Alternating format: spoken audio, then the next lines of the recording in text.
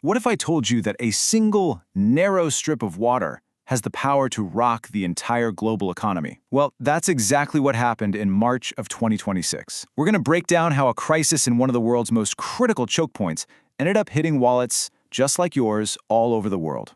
So, get this. In just 1 week, the price of Brent crude oil, that's the big one, the benchmark for pretty much all the world's oil, it shot up by over 25%. This wasn't some minor market flutter. No, this was a massive red flag that a huge crisis was unfolding, and fast. So you might be wondering, how does a conflict happening thousands of miles away suddenly make it more expensive to fill up your car or even just buy groceries? That is the billion-dollar question, and it's the connection we're going to trace today. So here's how we're going to unpack all of this. First, we'll follow the money, straight from the conflict zone right to your wallet. Then, we'll zoom in on the specific energy choke point at the heart of it all. After that, we'll uncover this kind of invisible financial blockade that really slammed the brakes on shipping. We'll get to know the key players, walk through a day-by-day timeline to see how the dominoes fell, and finally, look at what's really at stake next. All right, let's start with the most important part. How does a distant conflict actually reach out and affect your bank account? Let's connect the dots. It's like a chain reaction, right? It all kicks off with military action right in the strait. That instantly leads to a full stop on shipping. It's just too dangerous. With all those tankers stuck, you suddenly have a global supply shortage. I mean, almost overnight. And you know, basic economics. When supply tanks and demand stays high, prices go through the roof. That's your oil price spike. And since oil is in literally everything, from gas to plastics, that spike kicks off inflation across the board. And we're not talking about abstract numbers here. For you, this means watching the price at the pump tick up every single day. That package you're waiting for? Yeah, it's now going to take an extra 10 to 14 days to get to you. And check this out. Companies started slapping these emergency conflict surcharges on shipping containers. We're talking $2,000 to $4,000 extra. And guess who ends up paying for that? Yep, we do. In the worst-case scenarios, some places could even start talking about energy rationing. So how is it possible that one single location can have so much power over the entire global economy? To get that, we need to talk about the world's most critical energy choke point. This is it, the Strait of Hormuz. I want you to think of it as the main artery for the world's energy supply. A massive chunk of all the crude oil and natural gas has to squeeze through this tiny strip of water to get anywhere else. If this artery gets clogged, the whole system feels the pain immediately. Okay, so the obvious question is, why can't ships just go around? Well, they can, but take a look at the alternative. They have to go all the way around Africa's Cape of Good Hope. That detour tacks on almost 2 full weeks to the trip and makes fuel and other costs skyrocket.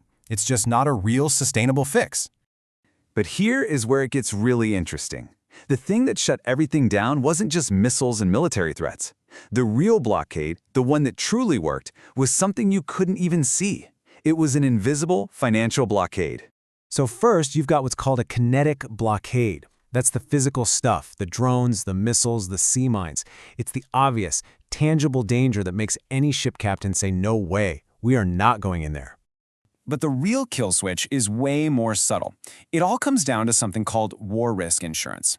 Every single ship needs this special coverage to go into a conflict zone. Without it, that multi-billion-dollar tanker is completely uninsured. No bank will touch the financing, and most ports won't even let it dock. It is, quite literally, the key you need to get through the door. And here it is. This is the moment the whole system broke. As soon as the fighting started, the insurance industry saw the massive risk and just canceled the coverage for the whole area. Just like that, the key was gone. So even if a shipping company was willing to risk the bombs, it was now financially and legally impossible for them to go. And this is the final piece of the financial puzzle. With the ships unable to move, energy producers started declaring force majeure. It's basically a legal escape hatch in contracts for unforeseeable circumstances. It lets them stop all shipments without getting sued. So you see the chain? The physical threat led to the insurance cancellation, which then triggered the legal stop. The whole supply chain was completely frozen solid. So we've seen the mechanics of how the shutdown happened, but who was actually pulling the levers? Let's take a quick look at the main players in this whole crisis and figure out what they all wanted. You've got a bunch of different groups here, all with competing goals. You've got Iran's IRGC trying to put on the pressure to stop military strikes. Then you have huge importing nations, desperate to get their energy so their economies don't just grind to a halt. The big shipping companies, Their number one goal is simple: protect their crews and their massively expensive ships. And the insurance companies? They're just trying to avoid a catastrophic payout on a destroyed supertanker. Everyone is acting rationally for themselves, but altogether it creates total gridlock. What's absolutely staggering is how fast this all went down. We're not talking about a slow burn over weeks or months. This all happened in a matter of days. Okay, look at this timeline. Day 1, the conflict starts. By day 2, warnings are already going out. Day 3, shipping companies see what's happening and pull their fleets back to safety. But check out day 4, the financial reaction. That's when insurers drop a 72-hour cancellation notice. By day 7, just 1 week after the start, the insurance is officially gone and the entire supply chain is at a dead stop. The financial dominoes fell even faster than the military ones. So, we've seen the immediate hit to our wallets, but the long-term risks here are honestly way more terrifying. Let's look at what's really at stake, far beyond just a higher bill at the gas station. We are talking about enormous dangers. An attack on just one supertanker could cause an environmental catastrophe. If oil prices stay that high for too long, it could easily tip the world into a long, painful recession. Then there's the widespread GPS jamming, which makes navigating incredibly dangerous for all ships. And maybe the most critical thing, an attack could damage the desalination plants that provide fresh drinking water for millions of people. And this, right here, is the fundamental problem. This is the core vulnerability. There's no easy plan B. Unlike other places, there are hardly any pipelines that can just bypass the strait. The overwhelming majority of energy from this region has to go by ship. There's no quick fix, no easy alternative. You know, the crisis of March 2026 was a brutal wake-up call. It showed us just how fragile our global economy really is. It proved how quickly real-world conflict and the invisible world of finance can smash together and bring everything to a halt.